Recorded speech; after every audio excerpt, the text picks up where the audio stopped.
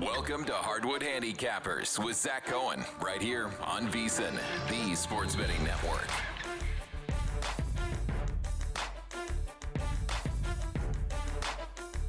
This is Zachary Cohen with another episode of Hardwood Handicappers. Today is Wednesday, January 28th.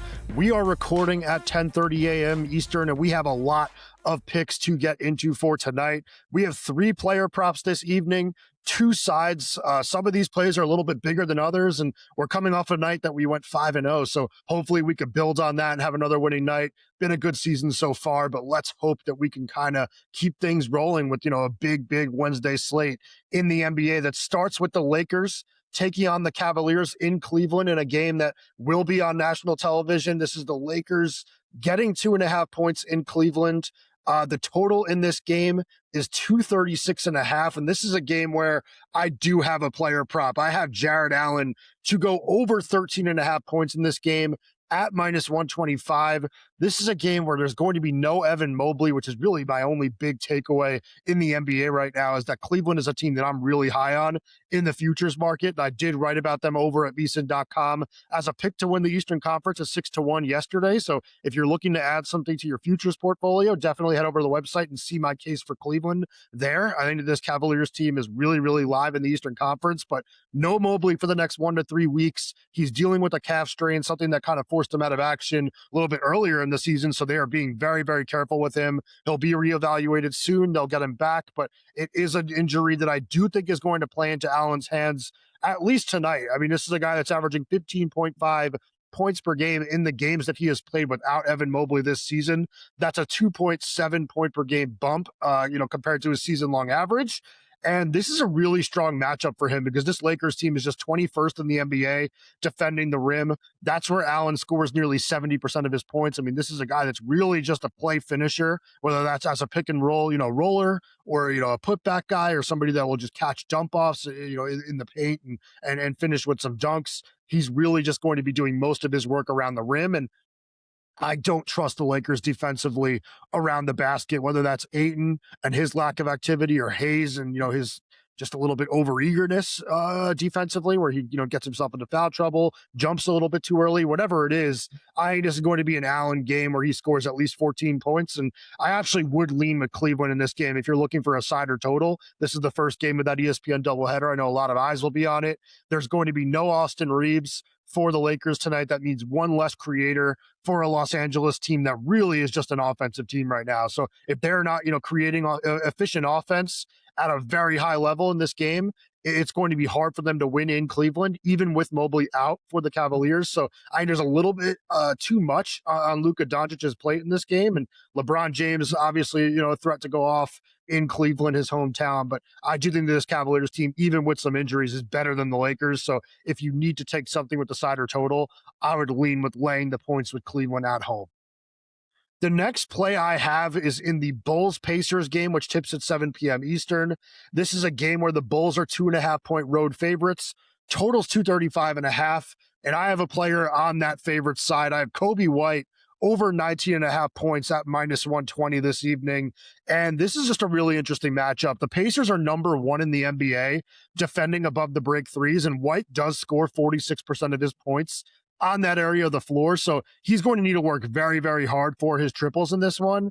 However, Indiana is just 27th in the NBA guarding inside 10 feet, which is where White scores another 41% of his points. So I think he's going to have some success getting to the basket, getting to his floater, and then whatever he can add from 3 will be a boost. And I do think he's going to have opportunities, especially in transition, where he's always, quick to pull. If there's a 3-on-2, he's not going to always, try to go to the basket. He'll have some opportunities to take some threes in those situations. This Indiana team, just a middle of the pack team defensively in transition. And I will also add that the Pacers are a bottom 10 defense when you're talking about pick and roll defense against pick and roll ball handlers.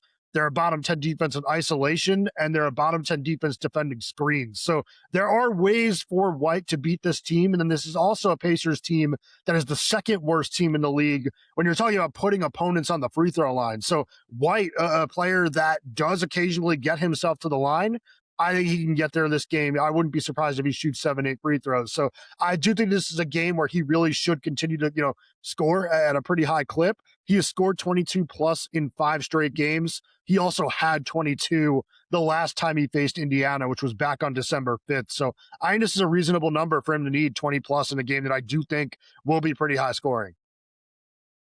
The next game that I have a play for is in the Knicks Raptors game. The Raptors are 1.5 point favorites. This game tips at 7:30 p.m. Eastern. Total is 221.5. And this is a game where I really like the home team. I took Toronto on the money line at -120. And I just think this is a situation where both the rest favors the home team and the on-court playing style. Because if you look at the rest situation, the Knicks are playing, are coming off of a home game against the Kings that they probably expected to be a blowout, but it ended up being tighter than, I think a lot of people thought it would be for at least 3 quarters. I mean, I know New York ended up kind of pulling away in the 4th quarter, but they needed OG Anunoby, Josh Hart, Mikal Bridges, Jalen Brunson, and Deuce McBride all to play at least 30 minutes in that game. This is going to be a Knicks team that should be somewhat tired. I won't say they're going to be exhausted, but not the greatest spot for them. The Raptors, meanwhile, coming off 2 full days of rest, so they're going to have a lot in the tank. And this is just a matchup, like I said, it's Toronto, 5th-ranked team in the league when looking at adjusted defensive rating. The Knicks are obviously one of the worst defensive teams in the NBA. So I think this is a matchup where Toronto will be the team that's more likely to have success defensively, getting stops against New York late in the game. I think at least, that'll be something that kind of shows itself if it's close. I trust the Raptors to come away with more defensive stops. And then offensively, this Toronto team definitely leaves a little bit to be desired, but it's a little bit easier to create, efficient offense against a New York team that really can't guard anyone. And just to look at some of the numbers for the month of January, I mean, this Knicks team is 5-8 this month with a -1.2 net rating. Toronto is 9-4 with a +4.4 net rating. So a really short price to either be laying with the points or just taking the money line for a really good Raptors team at home. I think it's a no-brainer to jump on the Raptors. We're getting ready for Big Game 60 with a big deal to match. Save $60 off a VSiN Pro annual subscription when you sign up using promo code HARDWOOD, all one word. Become a VSiN Pro annual subscriber and bet smarter all year long with full access to our daily best bets from VSiN hosts and guests, real-time DraftKings and Circa betting splits, AI-powered prop tools and matchup analysis, 24/7 video and full show replays on the VSiN Watch app, plus all of our betting guides and expert picks for the Super Bowl and upcoming March Madness. Don't miss out on this big game deal. Visit vsin.com/subscribe and use promo code HARDWOOD to save $60 off a VSiN Pro annual subscription today. That's vsin.com/subscribe and Hardwood, HARDWOOD. I always say there's no better time to be a VSiN Pro subscriber, but I mean it. With March Madness coming around the corner, the Super Bowl coming right up, obviously, Waste Management Phoenix Open right here in my backyard in Phoenix. We're going to have some stuff up for that. It's a great time to be a sports bettor, a great time to be a sports fan, and we have you covered with everything, including all of my tennis stuff for the Australian Open, which we are in the business end right now, and something that I'm really excited about, these next coming matches on both the men's and the women's side. But let's continue with our picks for tonight. We will move now to the Hornets at the Grizzlies. This is a game where the Hornets are 2.5 point road favorites. This game tips at 8 p.m. Eastern, and the total is 230.5. And this is another game where I have a player prop. I'm actually going to Kon Knueppel over 16.5 points, which is a little juicy at -130, but I'm also going to sprinkle him to have 20 plus points, which is +165. I'll risk 0.5 units on that. And the reason I like this play is that, Knueppel has struggled lately. Over the last 3 games, it's been a little bit of a nightmare for him, but this is a guy that scored at least 17 points in 63% of his games this season. He's been very, very reliable as a scorer, and he's been very reliable on the road, where he's averaging 20.7 points per game on the season. I don't know why he's more comfortable playing on the road than he is at home, but the numbers kind of back it up. And I do think this is a pretty strong matchup for him, because the Grizzlies, for as good as they've been at times defensively this season, most of that has come when Zach Edey's been on the floor, which has really been a small portion of the year. But this team is 27th in the NBA when you're talking about defending dribble handoffs, 29th defending pull-up jumpers. So there are going to be ways for Knueppel to kind of use screens, use handoffs to create some leverage for himself to either, create at the basket or knock down some off the dribble jumpers in this game. But also the Grizzlies are 26th in the NBA defending above the break threes. So non-corner threes, they are not very good defensively. Knueppel scores 44% of his points on those. So I really think this is a game where he has the potential to really go off, in a game that has the potential to be pretty high scoring.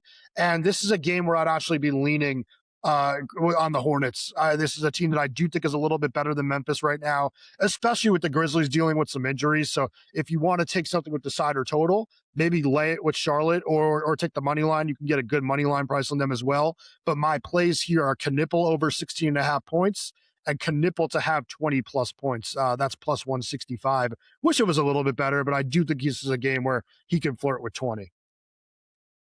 Let's move on now to the Timberwolves at the Mavericks. This is the last game that I have an official best bet on, but I do have one more game I want to talk about after this, which is the Spurs-Rockets game, which is the second leg of that ESPN doubleheader. But as far as the Timberwolves and the Mavericks go, I jumped on the Mavericks at plus 7.5 at minus 114. I actually have this to win 1.5 units, so it's my biggest play of the night. And there's a little bit of risk that comes with this because Cooper Flagg is listed as questionable for Dallas this evening, and it's going to be very hard for them to keep this game close if Flagg isn't out there. But if he does play, this is a great spot for the Mavericks. They have not played since Saturday because they had one of their games canceled over the weekend. That makes this a really strong rest spot for Jason Kidd's team. And this is a team that has just been so damn good when facing, good opponents this season. They're actually 7-1 against the spread on the year when playing at home against opponents that outscore their opponents by 3+ points per game.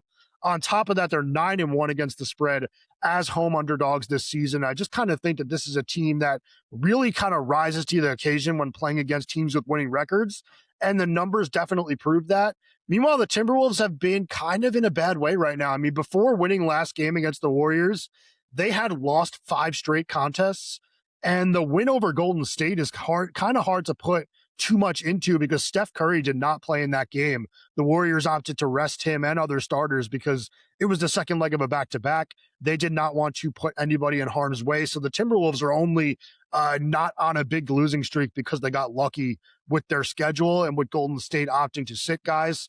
This is also a third game in 4 nights for this Timberwolves team because of some of the stuff that happened over the weekend with postponements. They ended up having a tougher schedule heading into this game. So I think this is a troubling spot for Minnesota. I wouldn't be surprised if the Timberwolves win. I'm really high on this Timberwolves team. I have some futures on them to win the Western Conference and win the NBA Finals, but definitely struggling a little bit right now. I think that they're a move away from being the team that I want them to be and the team that they need to be. But I think that tonight, this is a game that they could struggle a little bit.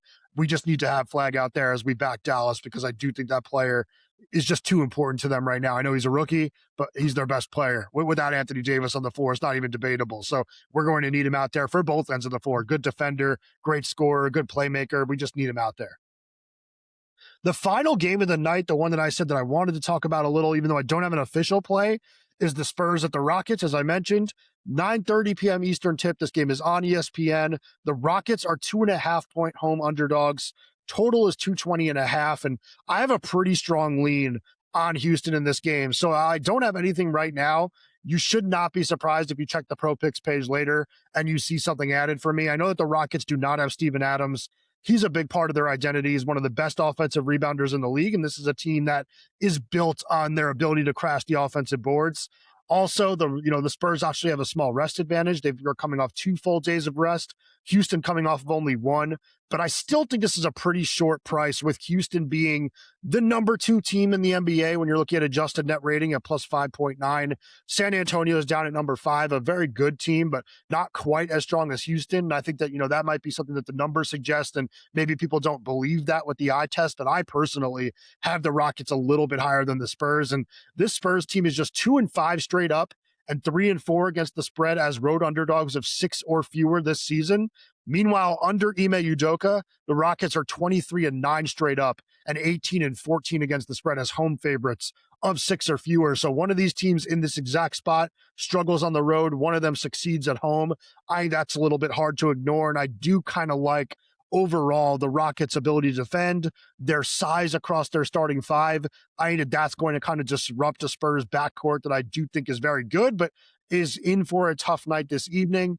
And then I just kind of think that Kevin Durant is going to have a really big game against San Antonio. I know that the Spurs team has had moments this year where they've been really good defensively, and overall, the body of work for the entire season says that this is a pretty strong defensive team. But I do think that this is a team that is going to struggle with Durant's just kind of ability to score at his height. And I think this is a game that the Rockets really should win. The way that I was actually looking to play this, I would need to get a better price. This is the reason that I did not end up adding it, was I want an alternate spread with the Rockets at +7.5, just to kind of remove all doubt if this is a close game, make it a 3-possession game for us as bettors. And I wanted to pair that with the Warriors, who are playing in Utah tonight against a Jazz team that I think will be missing some bodies, especially with Larry Markkinen playing last night. I'd be surprised if he plays the second leg of a back-to-back.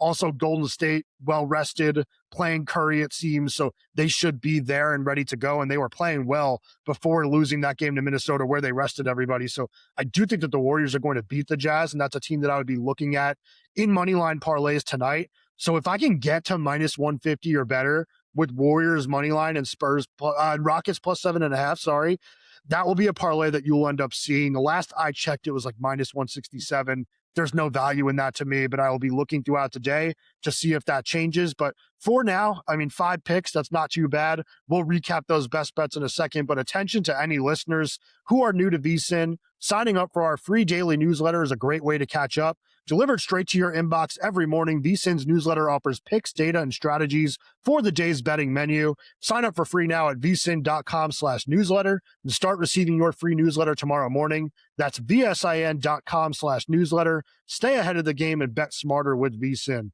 Our newsletter is awesome. It's packed with all of our content over on the website, some of our stuff from the shows. And if there's ever really big news that comes down, we'll occasionally have like our experts for each sport weigh in a little bit, but Bill does a great job of just kind of recapping everything that you need to know in the sports betting world. So definitely, head over there, sign up. It's free, and it's a great way to just kind of keep yourself informed when it comes to sports betting. But for tonight, my Wednesday night best bets, like I said, we're looking to build on a 5-0 night. Hopefully we can.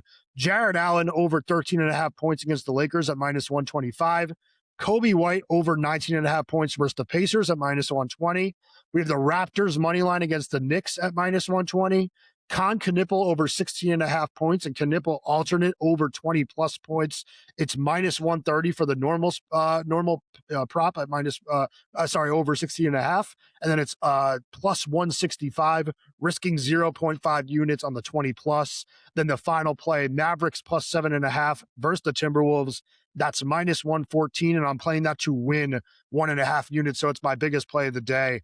I do think that's going to be one that we end up getting home. Just keep an eye on flag. If you don't want to jump on that and take the risk like I did, make sure you're checking the injury reports. The NBA updates everything every 15 minutes if you head over to their official website. So make sure you do that. We also have an injury report page over at vsin.com that will keep you informed as well. So that's another thing that we have that can, kind of keep you up to date with all of your NBA betting information. But yeah, it's going to be a fun night of NBA action. I hope that we, end up in the green again. We're still having a really good season, up a little bit over 10 units, and hopefully we can continue to push kind of, towards 20. That's my goal, but we just have to continue to kind of chip away night by night. I wish I had a little bit more from last night, relatively uneventful, but I do think that, the big one was Mobley getting injured 1 to 3 weeks. Head over to vsin.com, as I said, to check out my story on the Cavaliers winning the Eastern Conference. I think that that's a really strong play. But other than that, join me tomorrow for another episode of Hardwood Handicappers. I believe we will have Jonathan Von Tobel on with me tomorrow morning. And then I think we're going to have Kelly Bidlin, who's been battling some migraines, on Friday morning, but no guarantees because I've been advertising Kelly every single day this week and we haven't had him on yet. So hopefully he'll join me on Friday, but have an awesome night. Hopefully we win some of these picks, and make sure you join me for Thursday.